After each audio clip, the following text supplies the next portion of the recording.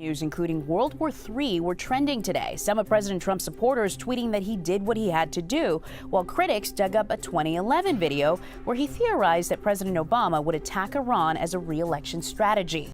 I believe that he will attack Iran sometime prior to the election because he thinks that's the only way he can get elected.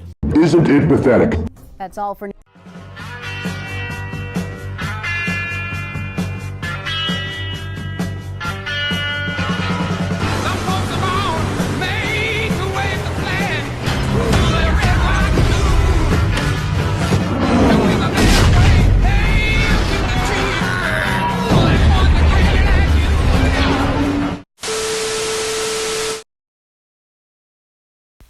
Morality.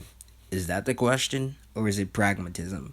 World War III seems to be on the horizon, and obviously the person who started it all, Trump, killed someone who is unquestionably an immoral person. But should we consider the morality of a choice before the pragmatism of the choice? Should we endanger lives to stop a man from endangering them? Should we allow our feelings cloud the facts and the judgment of politicians and skilled people in our intelligence communities who could have stopped this act from happening? I mean, who really cares, right? World War III is pretty much inevitable, right? So, here's me singing and talking about it in a funny auto-tune voice. Hopefully it's not too insensitive. This isn't gonna go over well, I can tell. This is a bad idea. Don't ask me why I'm doing this, but this is the assassination of Salami in 400 words by the BBC News. I'm gonna partially sing it and then I'm gonna partially speak it. Whoa, the assassination by the U.S. of Iran's most powerful general caused tensions between the two countries to soar, raising fears of an all-out war. But what lies at the root of the crisis? Here are the basics. The U.S. and Iran have been long foes. Problems can be traced back to at least 1979 when Iran's U.S.-backed Shia became overthrown and the country became an Islamic republic. That year, amidst the fallout from the revolution, dozens of Americans were taken hostage inside the U.S. The U.S. embassy in the capital, Tehran. Relations have been frosty ever since. Oh, fuck. I can't keep going. Oh, I'm a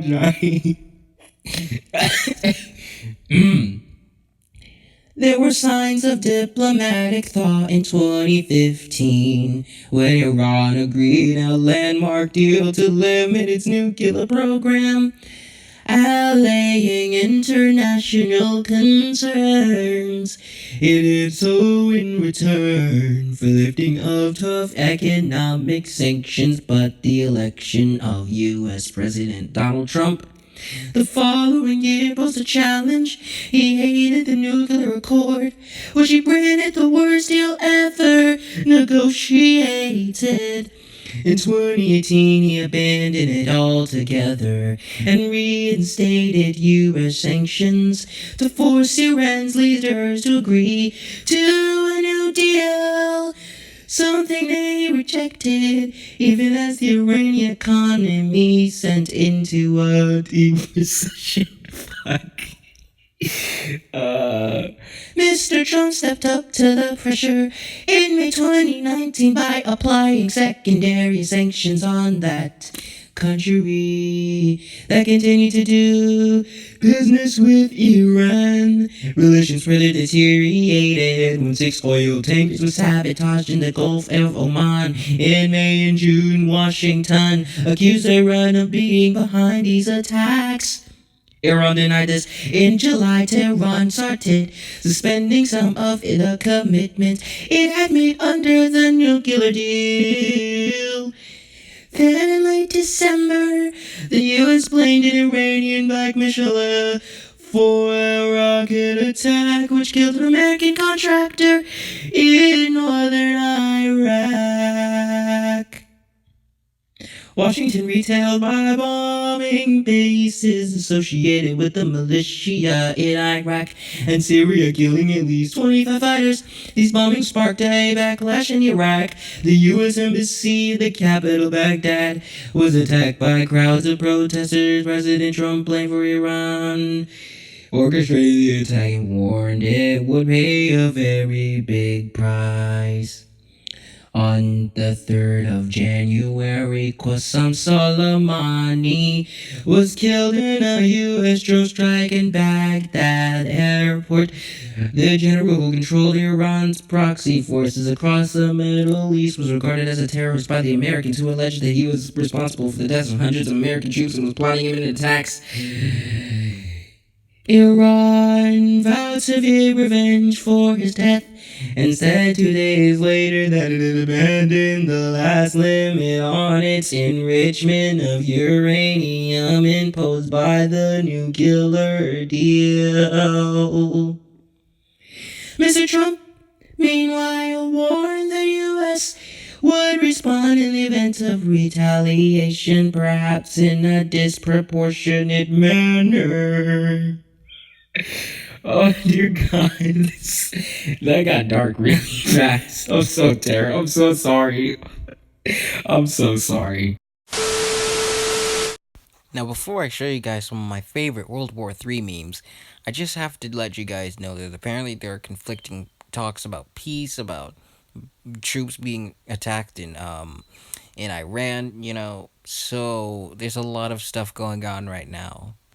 But I'm pretty sure we can all revel in and laugh in these wholesome, family-friendly memes. I can't anymore.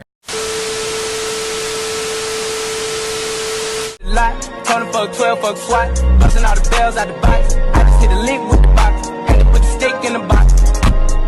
Pour up the whole damn field, I'ma get lazy. I got the mojo deal.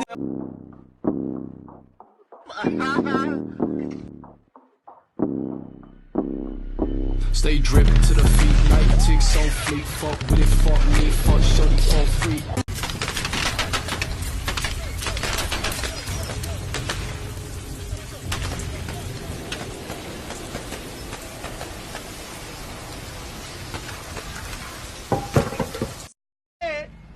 Do we have a talent?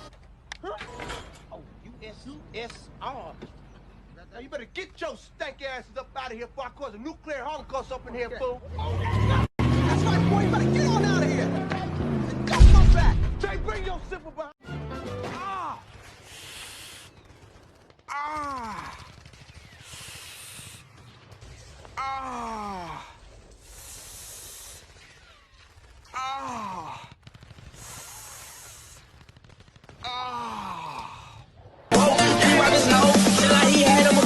I knew the ball was a hoe, pull up with the gang, you know that we bang it. What is your shit, nigga, what is you climbing? I am a beast, you cannot time it. Don't point a bigger, this shit can get nice.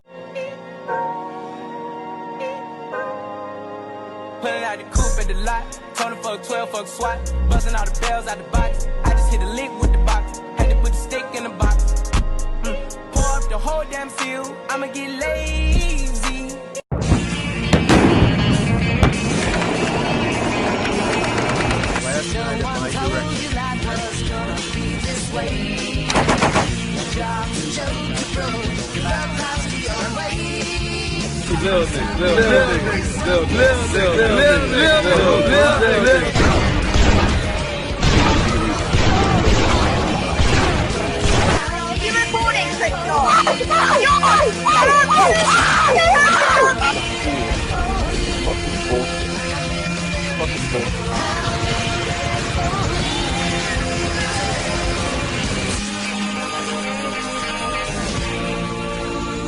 Bro, please let me in. Please, bro, they're right here. Let's see how you like Hey, I see you. They're right there. Please let me in. Please. Nah, bro, nah. I ain't like y'all You anyway. thought you could get away from me, boy?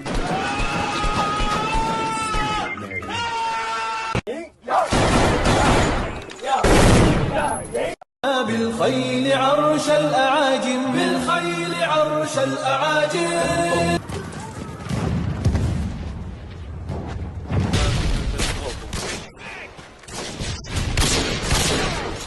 job, team. Get ready for the...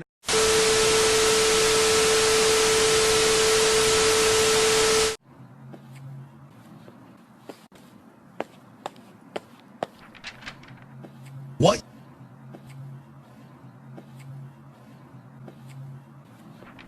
Look, here's the thing. Fine. Listen, I'm gonna be honest with you. I'm kind of retarded.